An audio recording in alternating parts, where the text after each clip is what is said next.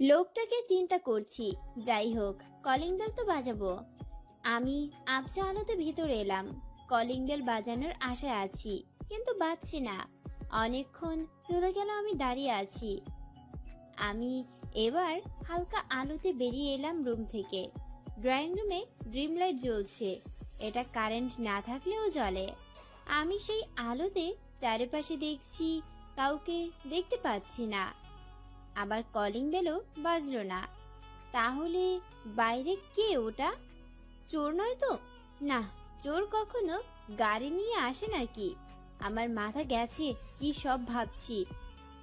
আমি পা টিপে টিপে দরজার কাছে গেলাম। না, ভেতরে বন্ধ। তাহলে কি কেউ আসেনি? তাহলে বাইরে কে ছিল? ঘুরতে গিয়ে লক্ষ্য করলাম আমার পা ভিজা অনুভব করছি। পায়ের নিচে পানি এলো কি করে? এক পা উঁচু করে হাত দিয়ে দেখি বাইরে বৃষ্টি। তার মানে কেউ ভিতরে এসেছে। কিন্তু আমরা তো কেউ দরজা খুলিনি। তাহলে তার কাছে কি একটা চাবি আছে? চাবি তো শুধু ইলা, ইমা, চাচা আর ভাইয়ার কাছে আছে। তাহলে এইটাই ভাইয়াই, আমি শিওর। এবার রুমে থেকে উকি দিয়ে আসবো নাকি? যে ভাবা সেই কাজ। আমি সিঁড়ির দিকে গেলাম, ভাইয়ার রুমে যাব তাই। আমার বুকের ভেতরে ডিপ ডিপ করছে। যদি ভাইয়া না হয়, এইটা ভেবে ভয়ও করছে। চোরও তো হতে পারে। বাসা খালি দেখে আবার চোর আসেনি তো। আকাশ পাতাল ভেবে ভয়ে জড়সড় হয়ে ভাইয়ার রুমের কাছে এলাম। ভেতরে আলো দেখা যাচ্ছে। আমি আড়ালে লুকিয়ে উকি দিলাম। রুমে চার্জার লাইট জ্বালানো, আর সেই আলোতে ইহান ভাইয়ের উদাম শরীর দেখা যাচ্ছে। ভেজা শার্ট খুলে সোফায় সিটকে দিল। গা ভেজা, তার হাত দিয়ে চুলের পানি ঝরাচ্ছে। ভাইয়ার বাম সাইড আমি দেখেছি। ভাইয়াকে দেখে একটা স্বস্তির নিঃশ্বাস ফেললাম। এইরকম উন্মুক্ত শরীরে ভাইয়াকে দেখে আমার সারা শরীর কেঁপে ওঠে। আমি চোখ সরিয়ে ভাবছি, ভাইয়া 3 দিন পর কোথা থেকে এলো, আর এতদিন কোথায় ছিল? তখন ভাইয়ার কণ্ঠে আমার নাম শোনা, আমার হৃৎপিণ্ড কেঁপে ওঠে ভয়ে। ভাইয়া অন্যদিকে তাকিয়ে থেকেই বলল, পূজা, আমার জন্য খাবার নিয়ে আয় তো। কথাটা শুনে আমার চোখ কপালে। ভাইয়া আমাকে দেখলো কিভাবে? আমি হকচকিয়ে সোজা হয়ে দাঁড়ালাম।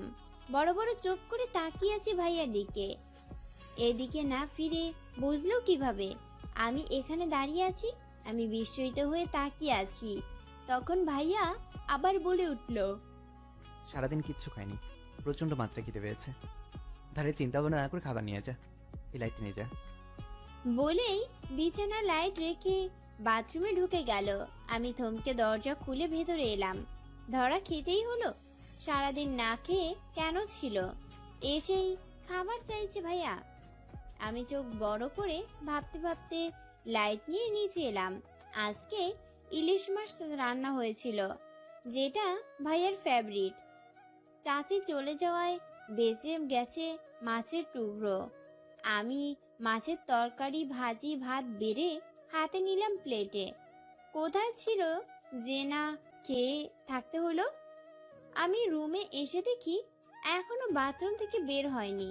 খাবার এনে টেবিলে রাখলাম। সোফায় বসে খেতে পারবে। পানির বোতল হাতে নিয়ে আবার বেরিয়ে এলাম। বোতলে ভর্তি করে পানি এনে খাবারের প্লেটের পাশে রাখলাম। তখন ভাইয়া বেরিয়ে এলো।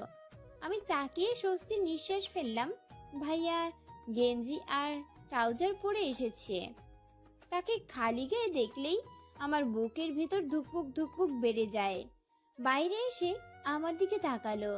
তার সেই ভয়ঙ্করী চাহনি দিয়ে যা দেখেই আমার বুকের ভেতরে তোলপাড় শুরু হয়ে গেল। আমি তোতলাতে তোতলাতে বললাম, খাবার দিয়েছি, আমি যাই। তাড়াতাড়ি বলে চলে আসার জন্য ব্যস্ত হয়ে পড়লাম। এখানে থাকা যাবে না, কেমন জানি লাগছে। ভাইয়া ফট করেই আমার হাত ধরে আটকে ফেললো। আমি থমকে দাঁড়িয়ে পড়লাম। বুকের ভেতর ধুকপুক বেড়েই চলেছে। তার উপর ভাইয়ার স্পর্শ আমার সারা শরীর কেঁপে উঠল। আমি চোখ বন্ধ করে কিছু বলতে যাব, ভাইয়া তার আগেই একটা কাণ্ড ঘটিয়ে ফেলল। আমাকে টেনে নিজের কাছে নিয়ে শক্ত করে জড়িয়ে ধরল। আমি বিস্ময়িত হয়ে হতভম্ব হয়ে গেলাম। ভাইয়ার শরীর ঠান্ডা, গোসল করেছে যে, তার ঠান্ডা শরীরের স্পর্শে আমি থরথর করে কাঁপছি। ভাইয়ার মাথা থেকে চুলের পানি আমার ঘাড়ে পড়ছে। আমি চোখ বন্ধ করে আছি, দম বন্ধ হয়ে আসছে। এত জোরে কেউ চেপে ধরে হাড়গুলো গুঁড়ো করে ফেলবে নাকি? আমি ছাড়ানোর চেষ্টা করছি, পারছি না। ভাইয়ার শক্তির কাছে আমার শক্তি কিছুই না, আমি জানি। তাই তো ছুটতে পারছি না। আমার নড়াচড়া ধপ করেই থেমে গেল ভাইয়ার কথা শুনে। ভাইয়া বলছে, তোর মায়া আমাকে কঠিনভাবে আটকে ফেলেছিল উষা। এই মায়া থেকে আমি কিছুতে বের হতে পারছি না। তোর এই মায়া কাটানোর জন্য বাসা ছেড়ে চলে গেছিলাম। ভেবেছিলাম তোর থেকে দূরে থাকলে, তোকে না দেখলে হয়তো আমি তোর এই বিশ্রী মায়া থেকে বেরোতে পারবো। কিন্তু না, কিছু হলো না, উল্টা হলো। আমি আড়ালে তোর থেকে দূরে গিয়ে তোর মাঝে আটকা পড়ে গেলাম। প্রতিটা মুহূর্তে আমি তোকে মিস করেছি, খুব মিস করেছি। বুকের ভেতর তোর জন্য ব্যথা অনুভব করেছি। আর তাতে আমি বুঝে গেছি আমি তোর মাঝের থেকে আলাদা হতে পারবো না। আমার তোকে চাই, শুধুই তোকে। তোকে বুকের মাঝে শক্ত করে রাখবো, যাতে এই বুক থেকে কেউ তোকে কখনো নিতে না পারে। এই বুকে কত ব্যথা হচ্ছে তুই জানিস? একটুও শান্তি পাইনি। এখন সেই ব্যথা চলে গেছে তোকে নিজের বুকে নিতে পেরে। মনে হচ্ছে আমার সমস্ত সুখ এই তোর মাঝে আছে। আমি হতভম্ব হয়ে দাঁড়িয়ে আছি। ভাইয়া আমাকে ছেড়ে সরে দাঁড়ালো। আমি থমকে দাঁড়িয়ে আছি, মুখ দিয়ে কথা বের হচ্ছে না, হাত পা কাঁপছেও না। মনে হচ্ছে আমি পাথর হয়ে গেছি। ভাইয়া আমার দিকে এক নজরে তাকিয়ে সোফায় বসে পড়লো, খেতে বসলো। এক লোকমা মুখে দিয়ে বলল, জানিস, এই কদিন আমি খেতেও পারিনি। আমার খেতেই ইচ্ছা হয়নি। সব যেন একজনের দূরত্বে শেষ হয়ে গেছিল। আমি এখন প্রাণ ভরে খাবো। বলেই ভাইয়া খাচ্ছে। আমি তার দিকে তাকাচ্ছি না। ভাইয়ার বাচ্চা মোর কথা শুনে আমি আরো অবাক হইলাম। আমার সব কিছু তালগোল পাকিয়ে যাচ্ছে। আমি আর তাকালাম না ভাইয়ার দিকে। এক হাত উঁচু করে আরেকটা হাতে চিমটি কাটলাম। তারপর মৃদু আওয়াজ করলাম, এসব স্বপ্ন না সত্যি। ভাই এসব বলেছে। আমি থমকে গেলাম আবার। ভাইয়া আমার আওয়াজে শুনে তাকিয়েছিল। ভাইয়া আমায় তখন দৌড়ে বেরিয়ে আসি রুম থেকে। ভাইয়া পাগল হয়েছে, কিসব বলল? এসব সত্যি হতেই পারে না। আমি বিড়বিড় করতে করতে নিজের রুমে এসে দরজা আটকিয়ে বিছানায় বসে পড়লাম। আমার হাত পা অসম্ভব কাঁপছে। আমি হাঁটু ভাঁজ করে বসে মাথা রেখে চোখ বড় করে ভাইয়ার কথা ভাবছি। সব কথাগুলো আমার রিপিট হচ্ছে আমার কানে।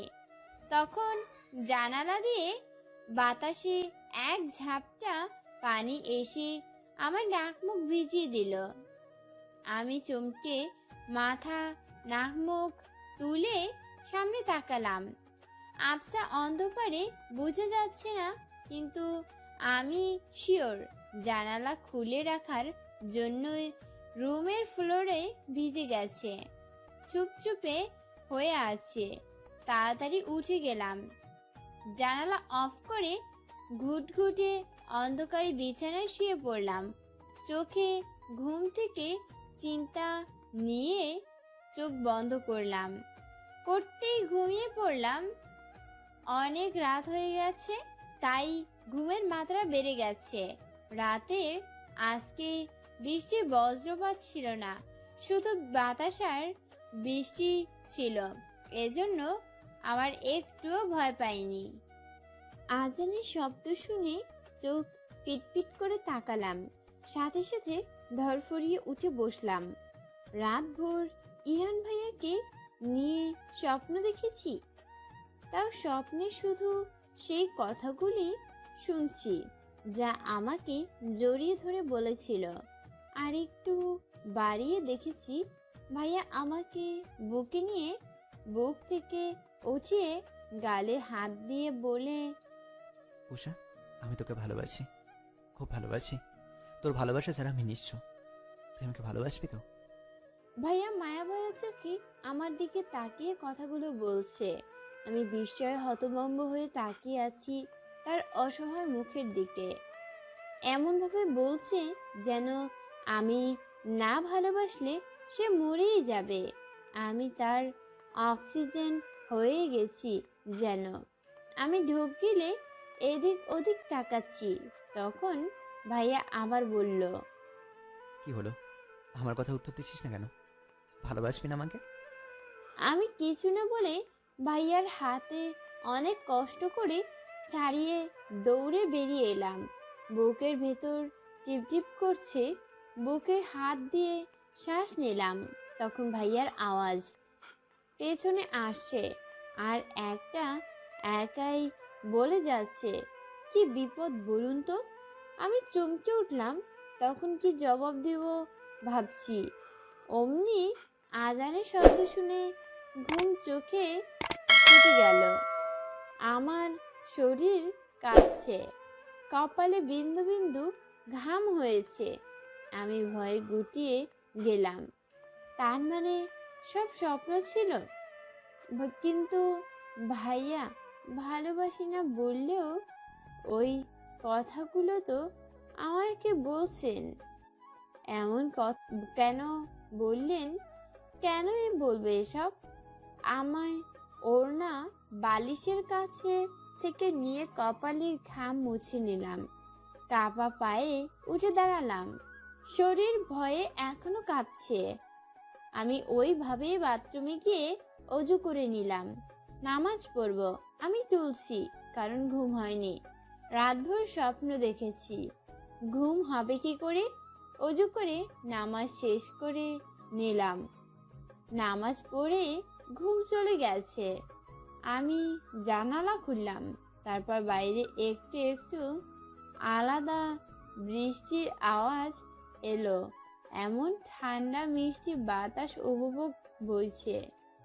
ফুলের দিকে তাকিয়ে বেরিয়ে এলাম। গাছে পানি দেব, তাই বাইরে এসে পানি দিতে লাগলাম।